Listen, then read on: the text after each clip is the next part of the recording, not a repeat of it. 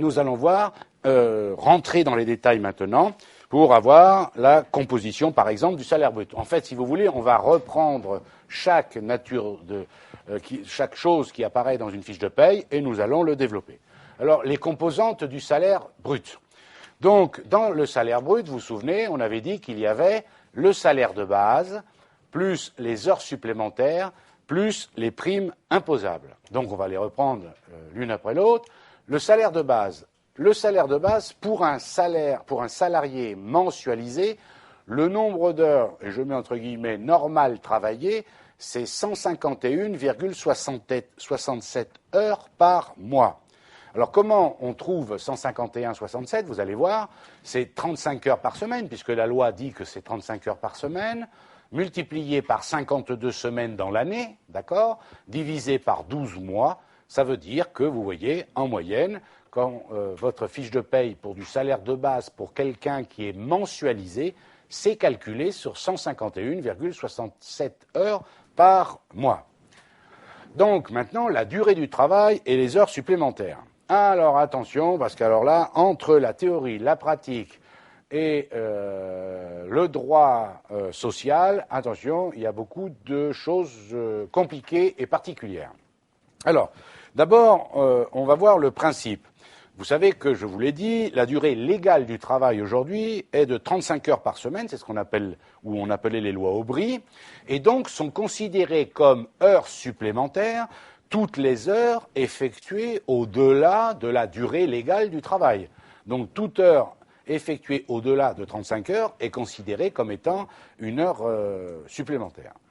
Alors la loi, bien entendu, définit quel est le nombre d'heures supplémentaires qu'un employeur peut demander à un salarié par an. Et en plus, dans la même entreprise, il y a aussi ce qu'on appelle un contingent, si vous voulez, d'heures supplémentaires maximales, à la fois par salarié, mais aussi pour toute l'entreprise.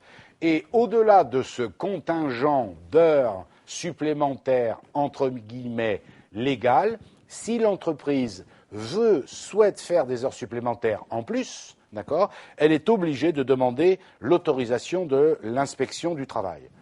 Bien entendu, et c'est là la difficulté du droit du travail, une convention ou bien un accord collectif qui aurait pu être signé entre l'entreprise et les syndicats, par exemple, peut décider d'augmenter ou de diminuer ce contingent légal. Alors ça, c'était pour le principe. Maintenant, la durée maximale hebdomadaire. Je parle des heures supplémentaires, vous allez voir. Les heures supplémentaires ne peuvent être effectuées que dans une double limite. La durée hebdomadaire moyenne de travail ne peut excéder 44 heures sur une période de 12 semaines consécutives. C'est ce que dit la loi. Ensuite, la durée, indépendamment de ça, c'est la double limite. Et ensuite, la durée hebdomadaire absolue ne doit pas dépasser 48 heures. Ça, j'allais dire, c'est le régime de droit commun. Bien sûr, maintenant, il faut bien que vous compreniez, et je vais vous le dire souvent, je vous prie d'avance de m'en excuser, mais après, il y a tellement de cas particuliers. Vous comprenez bien que, par exemple, si vous êtes médecin urgentiste à l'hôpital, il est possible, ça arrive, que vous fassiez beaucoup plus de 48 heures dans la semaine. Vous pouvez quelquefois, dans certains cas de figure, les urgentistes peuvent faire 2 jours d'affilée sans dormir à l'hôpital. Donc vous voyez, après il y a énormément de cas particuliers. Je vous parlerai des pompiers. Imaginez, vous comprenez bien que s'il y a un incendie, les pompiers ne disent pas « Ah, c'est 17 heures, on laisse le feu là où il est et on rentre à la maison regarder la télévision ». Ça ne marche pas comme ça, d'accord ? La gendarmerie, etc. Et même indépendamment de l'administration, dans le privé aussi, vous pensez bien qu'il y a des exceptions à cela. Moi, je vous donne le cadre légal. Après, tout est possible. Ce qui est important également à comprendre, c'est parce que beaucoup de gens se trompent entre ce qu'on appelle les heures complémentaires et les heures supplémentaires. Alors, on l'a vu, qu'il n'y ait pas d'ambiguïté. Les heures supplémentaires sont les heures de travail effectuées au-delà de la durée légale hebdomadaire de 35 heures. Ça s'appelle des heures supplémentaires.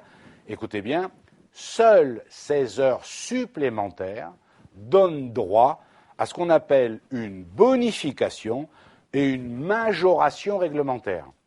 On va le développer tout à l'heure, mais déjà comprenez que les heures supplémentaires sont payées, en clair, on le verra, 25% de plus que les heures normales ou 50% de plus que les heures normales. C'est ce qu'on appelle des heures supplémentaires. Maintenant, les heures complémentaires, rien à voir. Parce que les heures complémentaires intéressent, si vous voulez, un salarié à temps partiel. Et les heures complémentaires, donc, sont les heures effectuées par un salarié à temps partiel au-delà de la limite hebdomadaire qui lui a été fixée par son contrat de travail. Par exemple, vous signez un contrat de travail à mi-temps, vous me suivez, donc ça veut dire que vous faites 17,5 heures par semaine. Ça, vous êtes en temps partiel. Eh bien, les heures complémentaires, comprenez-le, ce seront les heures que vous ferez en plus des 17,5 heures prévues par contrat. Attention, ne vous méprenez pas, ces heures complémentaires ne sont pas majorées ni bonifiées. Pour les heures complémentaires, il n'y a pas 25% de plus ou 50% de plus. Ça, c'est réservé aux heures supplémentaires, c'est-à-dire au-delà de 35 heures. Encore une fois, si vous êtes à mi-temps, pour faire simple, vous faites 17,5 heures par contractuellement. Eh bien, si vous faites 10 heures supplémentaires, en plus, si vous voulez, de ces 17,5 heures, oui, on va vous les payer, ces heures complémentaires, qui s'appellent complémentaires dans ce cas-là, et on ne va pas vous les payer 25 ou 50% de plus que les autres. On va vous les payer au même tarif que les 17,5 premières, on est d'accord. Donc vous ne mélangez pas les heures supplémentaires au-delà de 35 heures avec les heures supplémentaires, on est bien d'accord, au-delà de 35 heures, et les heures complémentaires qui concernent les gens à temps partiel, entre leur durée partielle jusqu'à 35 heures maximum, bien entendu. D'accord ? Alors, encore une petite remarque importante, parce que je sais très bien que certains d'entre vous, et notamment parmi les gens qui regardent cette émission, pensent que ce que je dis dans le cas précis s'applique sur tout le territoire français, dans tous les cas de figure. Je vous donne encore une fois la base de calcul. Il y a des centaines d'exceptions à ce que je dis, parce qu'il y a des centaines de régimes particuliers. On est d'accord ? Il y a des gens qui sont à temps plein et qui ne font pas 35 heures, il y a des gens qui sont en temps plein et qui font plus de 35 heures, etc., etc. De la même façon, il y a un problème concernant les heures supplémentaires. Normalement, les lois Aubry prévoient de décompter les heures supplémentaires par semaine. On est bien d'accord. Ça veut dire que si une semaine, vous faites 2 heures supplémentaires, même si la semaine d'après, vous êtes en vacances ou vous êtes malade, etc., à la fin du mois, selon les lois Aubry, l'employeur doit vous payer 2 heures supplémentaires. Si vous avez été absent pour maladie, il vous retirera les heures pendant lesquelles vous n'avez pas été là, mais il doit quand même vous payer ces heures supplémentaires. C'est, disons, la règle de droit commun. Mais le problème, c'est qu'il existe des accords entre l'entreprise et des syndicats, par exemple, qui peuvent prévoir que les heures supplémentaires ne sont pas calculées par mois, mais sont lissées dans l'année. Qu'est-ce que ça veut dire ? Ça veut dire tout simplement que, par exemple, un salarié sur une semaine peut faire 41 heures de travail, donc vous comprenez que ça veut dire ça fait 6 heures supplémentaires, d'accord ? S'il n'y avait pas d'accord autre, donc si c'était le régime de droit commun, ça veut dire qu'à la fin du mois, l'employeur devrait lui payer 6 heures complémentaires, on est bien d'accord ? Eh bien, il y a des accords qui existent entre les employeurs et les syndicats. Je reprends mon exemple. Un employé qui a fait 41 heures une semaine, donc 6 heures supplémentaires, eh bien la semaine d'après, il ne fait que 29 heures. Vous voyez, on a lissé les heures supplémentaires. Au total, sur les 2 semaines, ça fait exactement le même principe. On est d'accord sur le principe. Si vous faites des heures supplémentaires une semaine, eh bien par exemple, la semaine d'après, on vous diminue le nombre d'heures de travail que vous avez effectuées. C'est pour vous montrer ça, la complexité du droit du travail, d'accord ? Ne vous méprenez pas, uniquement ici dans le cadre de ce cours d'introduction à la comptabilité. Il ne s'agit pas de se substituer à un cours de droit du travail où là il faudrait des dizaines d'heures de cours pour étudier tous les cas particuliers. Ici, nous sommes dans le cas général, bien entendu. Ensuite, donc, remarque concernant le décompte des heures supplémentaires, nous venons de le faire, la prise en compte des heures supplémentaires. Alors, mine de rien, là aussi, vous allez voir que c'est important ou pas, à quel niveau ça intervient, la prise en compte des heures supplémentaires. Eh bien, les heures supplémentaires sont prises en compte pour le calcul de différents éléments. Par exemple, les indemnités de congés payés. Eh bien, les indemnités de congés payés sont calculées, c'est-à-dire ce que vous percevez pendant que vous êtes en congé, soit selon la règle du maintien du salaire ou la règle du dixième, je ne rentre pas dans les détails.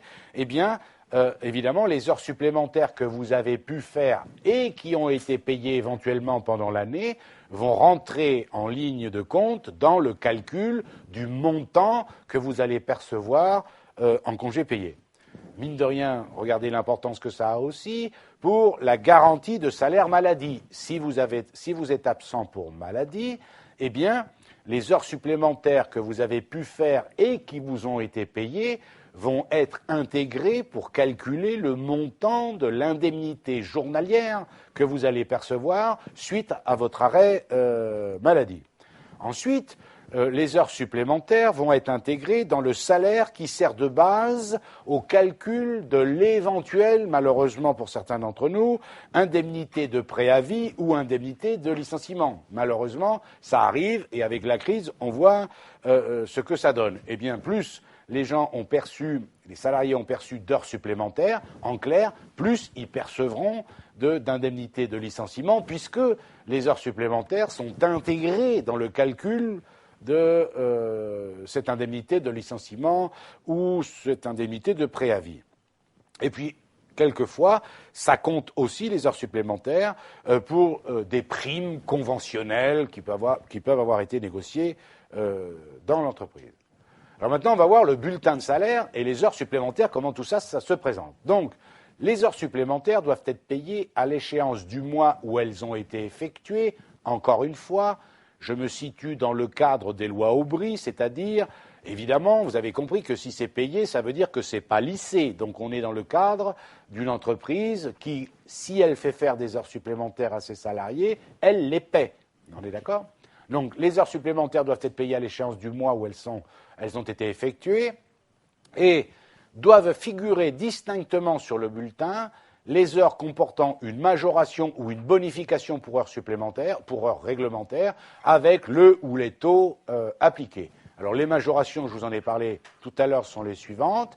De la 36e à la 39e heure, majoration de 25%, maintenant, y compris pour les entreprises de moins de salariés, toute heure supplémentaire de la 36e à la 39e son taux horaire doit être majoré de 25%, y compris dans les entreprises de moins de 20 salariés, et de la 40e à la 43e majoration de 25%, et à partir de la 44e majoration de 50%. Donc on est d'accord, pour faire simple, de la 36e à la 43e, d'accord, plus 25%, et à partir de la 44e majoration de 50%. Et lorsque la bonification, vous voyez la complexité dans le monde réel, parce que quand vous faites des heures supplémentaires, la bonification peut être accordée sous forme de repos. Est-ce que vous comprenez ce que je veux dire ? Exemple, vous avez fait 4 heures supplémentaires qui sont payées à 50% normalement. Vous pourriez avoir des entreprises qui ont négocié le non-paiement des heures supplémentaires. Ben dans ce cas-là, ça n'apparaît pas sur la fiche de paye, mais regardez ce que ça veut dire. Ça veut dire qu'en échange des 4 heures supplémentaires payées à 50%, cette personne va avoir le droit à combien ? À 4 heures payées à 50%, enfin, plus 50% d'heures supplémentaires. Si c'était payé, ça ferait 2 heures. Est-ce que vous comprenez ce que je veux dire ? Eh bien, ça veut dire que cette personne-là, qui aurait fait 4 heures supplémentaires qui devrait normalement être payé à 50%, eh bien bénéficierait de 6 heures de repos. Vous comprenez ce que je veux dire? C'est possible, c'est négociable dans certaines entreprises. On est d'accord? Évidemment, ça doit être mentionné en annexe du bulletin de salaire, soit sur le bulletin de salaire lui-même. Alors, remarque concernant encore les heures supplémentaires. Alors, tout ce que j'ai dit ici, évidemment, ça correspond encore une fois, et excusez-moi d'insister tellement c'est important, à la règle de droit commun. Il existe une multitude de dérogations, bien entendu. Et ces dérogations viennent alors soit de régimes particuliers, le secteur public, exemple la sidérurgie, ou alors de conventions et d'accords qui sont applicables dans certaines entreprises, sachant bien entendu que les conventions qui sont signées dans une entreprise et les accords qui peuvent être passés sont obligatoirement plus favorables aux salariés que le droit commun. On est bien d'accord, hein? Le minimum que perçoit un salarié, c'est le droit commun. Vous comprenez ce que je veux dire?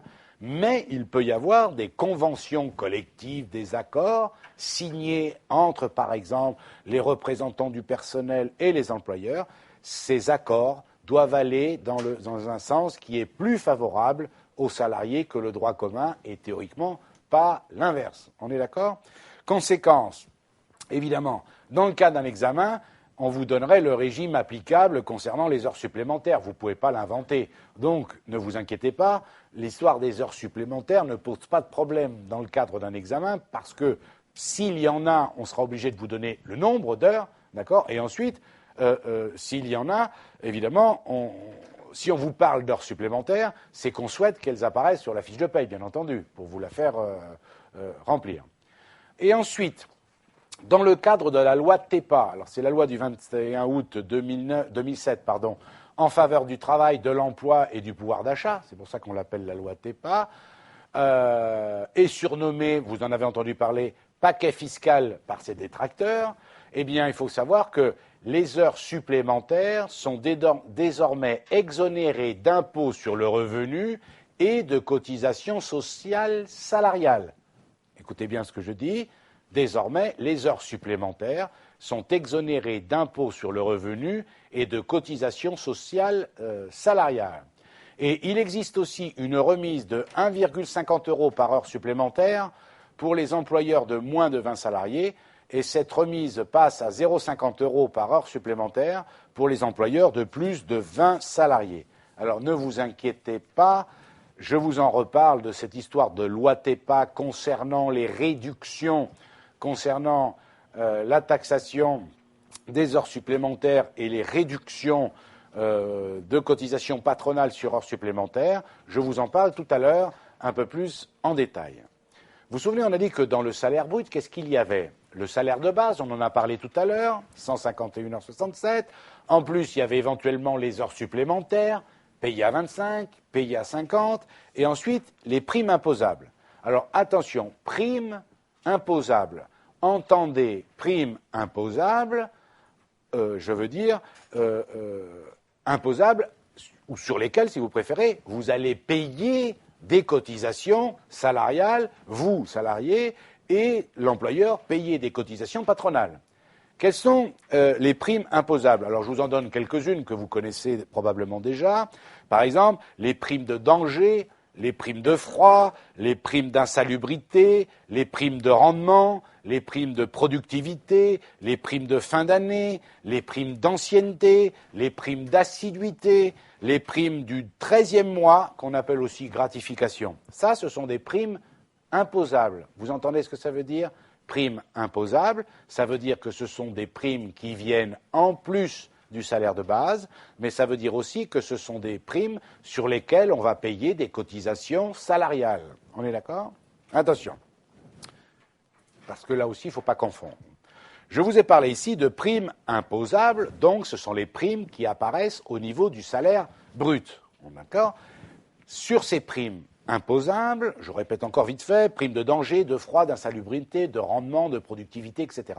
Sur ces primes, les salariés et les employeurs vont payer des charges sociales donc, et patronales, et le salarié, en clair, comme il est imposé dessus, va payer des impôts dessus. On est bien d'accord. À la fois, il va payer sur ses primes des cotisations salariales, et en plus, il va payer des impôts comme son salaire classique. Eh bien, ne confondez pas de grâce ces primes imposables avec ce qu'on peut appeler à l'inverse des primes non imposables ou des indemnités. Et là, vous allez comprendre tout de suite, ça n'a rien à voir, parce que les primes non imposables ou les indemnités, c'est quoi? Ce sont des sommes que le salarié pourrait percevoir, mais dans quel cadre? Eh bien, comprenez-le, tout simplement, si jamais il a, par exemple, pendant le mois, avancé, payé de sa propre poche, par exemple, des frais de déplacement, et à la fin du mois, l'employeur lui rembourse ses frais de déplacement, bien entendu. Si un salarié est obligé de se rendre, je ne sais pas moi, à un salon professionnel, pour le travail, j'entends bien sûr, et que pour des raisons diverses ou variées, c'est lui qui fait l'avance des frais de train ou d'avion ou d'hôtel, de restaurant, tout ce que vous voulez, vous comprenez bien que l'employeur va lui rembourser ses frais. Est-ce que vous êtes d'accord? Vous comprenez aussi que cette indemnité, ces primes non imposables, c'est logique qu'il ne paye pas quand même de charges sociales dessus, ni d'impôts sur le revenu dessus. C'est quand même logique. Donc, les primes imposables, elles, sont au niveau du salaire brut, alors que vous vous souvenez peut-être, mais vous le reverrez quand vous regarderez le modèle d'une fiche de paye, les primes non imposables viennent après, bien entendu, le calcul de toutes les primes pour ne pas les intégrer à l'intérieur. On est d'accord ?